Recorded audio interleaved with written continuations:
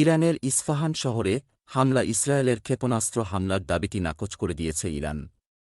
তেহরানে জানিয়েছে ইরানে কোনো ক্ষেপণাস্ত্রের হামলা হয়নি, 3টি ড্রোন এসেছিল, সেগুলো আকাশেই ধ্বংস করা হয়েছে। খবর প্রকাশ হবার কয়েক ঘণ্টা পর একজন জ্যেষ্ঠ ইরানি কর্মকর্তা বার্তা সংস্থা রয়টার্সকে বলেন, ইসরায়েলের বিরুদ্ধে অবিলম্বে প্রতিশোধ নেয়ার কোনো পরিকল্পনা নেই ইরানের। এদিকে পারমাণবিক স্থাপনা রক্ষণাবেক্ষণে দায়িত্বপ্রাপ্ত আইআরজিসি টিমের প্রধান জেনারেল আহমেদ হাকতালাব এক বার্তায় বলেছেন, যদি জায়নবাদী শাসকগোষ্ঠী আমাদের পরমাণু স্থাপনা ও কেন্দ্রগুলোতে কোনো প্রকার ক্ষতি সাধনের পদক্ষেপ নেয়, তাহলে নিশ্চিতভাবেই আমরা তার প্রতিক্রিয়া জানাব এবং সেই প্রতিক্রিয়া হবে ভয়াবহ। ইসরায়েল যদি সত্যিই পরমাণু স্থাপনায় হামলা করে, তাহলে ইরান পারমাণবিক অস্ত্র ব্যবহার করতে পারে বলেও ইঙ্গিত দিয়েছেন জেনারেল হাকতালাব। ইসরায়েলের ভুয়া জায়নবাদী গোষ্ঠী যদি ইরানের ওপর চাপ প্রয়োগের জন্য পারমাণবিক স্থাপনা ও প্রকল্প কার্যালয়ে হামলা করে, তাহলে ইরানও তার পারমাণবিক ডকট্রিন ও নীতি সংশোধন করবে এবং পূর্বঘোষিত বিবেচন্য বিষয়গুলো থেকে সরে আসবে। গত 1 এপ্রিল সিরিয়ার রাজধানী দামেস্কে ইরানি দূতাবাসে বোমা হামলা চালিয়েছিল ইসরায়েলের প্রতিরক্ষা বাহিনী আইডিএফ। এতে নিহত হন 3 জন। নিহতদের মধ্যে ইরানের সামরিক বাহিনীর এলিট শাখা ইসলামিক রেভলিউশনারি গার্ড কর্পসের আইআরজিসি 2 জ্যেষ্ঠ কমান্ডার মোহাম্মদ রেজা জাহেদি এবং মোহাম্মদ হাদি হাজি রাহিমিও ছিলেন। হামলার দায় এখন পর্যন্ত ইসরায়েল স্বীকার করেনি। তবে সাক্ষ্য প্রমাণ যা পাওয়া গেছে তাতে হামলাটি যে আইডিএফ করেছিল তা পরিষ্কার।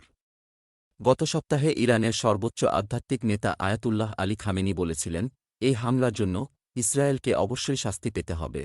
তারপর শনিবার রাত ও রোববার ইসরায়েলকে লক্ষ্য করে 3 শতাধিক ড্রোন ও ক্ষেপণাস্ত্র নিক্ষেপ করে ইরানের সামরিক বাহিনী। হামলায় হতাহতের কোনো সংবাদ পাওয়া যায়নি। যুক্তরাষ্ট্র, জর্ডান ও আঞ্চলিক মিত্রদের সহায়তায় বেশিরভাগ ড্রোন ও ক্ষেপণাস্ত্র আঘাত হানার আগেই ধ্বংস করেছে ইসরায়েলি বাহিনী। তবে ইসরায়েলের 9টি স্থাপনায় ইরানি ড্রোন আঘাত হানতে সফল হয়েছে। ইরান আকস্মিক এ হামলার পর ইরানকে পাল্টা জবাব দেওয়া হবে বলে ঘোষণা করেছিল ইসরায়েলের প্রতিরক্ষা বাহিনী আইডিএফ। এতে নিহত হন 3 জন। নিহতদের মধ্যে ইরানের সামরিক বাহিনীর এলিট শাখা ইসলামিক রেভলিউশনারি গার্ড কর্পসের আইআরজিসি 2 জ্যেষ্ঠ কমান্ডার মোহাম্মদ রেজা জাহেদি এবং মোহাম্মদ হাদি হাজি রাহিমিও ছিলেন। হামলার দায় এখন পর্যন্ত ইসরায়েল স্বীকার করেনি। তবে সাক্ষ্য প্রমাণ যা পাওয়া গেছে তাতে হামলাটি যে আইডিএফ করেছিল তা পরিষ্কার। গত সপ্তাহে ইরানের সর্বোচ্চ আধ্যাত্মিক নেতা আয়াতুল্লাহ আলী খামেনি বলেছিলেন, এই হামলার জন্য ইসরায়েলকে অবশ্যই শাস্তি পেতে হবে। তারপর শনিবার রাত ও রোববার ইসরায়েলকে লক্ষ্য করে 3 শতাধিক ড্রোন ও ক্ষেপণাস্ত্র নিক্ষেপ করে ইরানের সামরিক বাহিনী। হামলায় হতাহতের কোনো সংবাদ পাওয়া যায়নি। যুক্তরাষ্ট্র, জর্ডান ও আঞ্চলিক মিত্রদের সহায়তায় বেশিরভাগ ড্রোন ও ক্ষেপণাস্ত্র আঘাত হানার আগেই ধ্বংস করেছে ইসরায়েলি বাহিনী।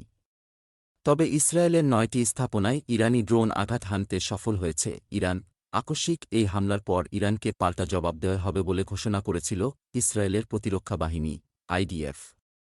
রাষ্ট্রটির প্রধানমন্ত্রী বেঞ্জামিন নেতানিয়াহুও দ্ব্যর্থহীনভাবে আইডিএফের এই সিদ্ধান্তকে সমর্থন জানিয়েছে। তারপর আজ শুক্রবার গ্রিনিচ মান সময় দুপুর 1:30টার বাংলাদেশের স্থানীয় সময় সকাল 6:30টা দিকে ইরানের 3য় বৃহত্তম নগরী ইস্পাহানে ড্রোন হামলা চালায় আইডিএফ।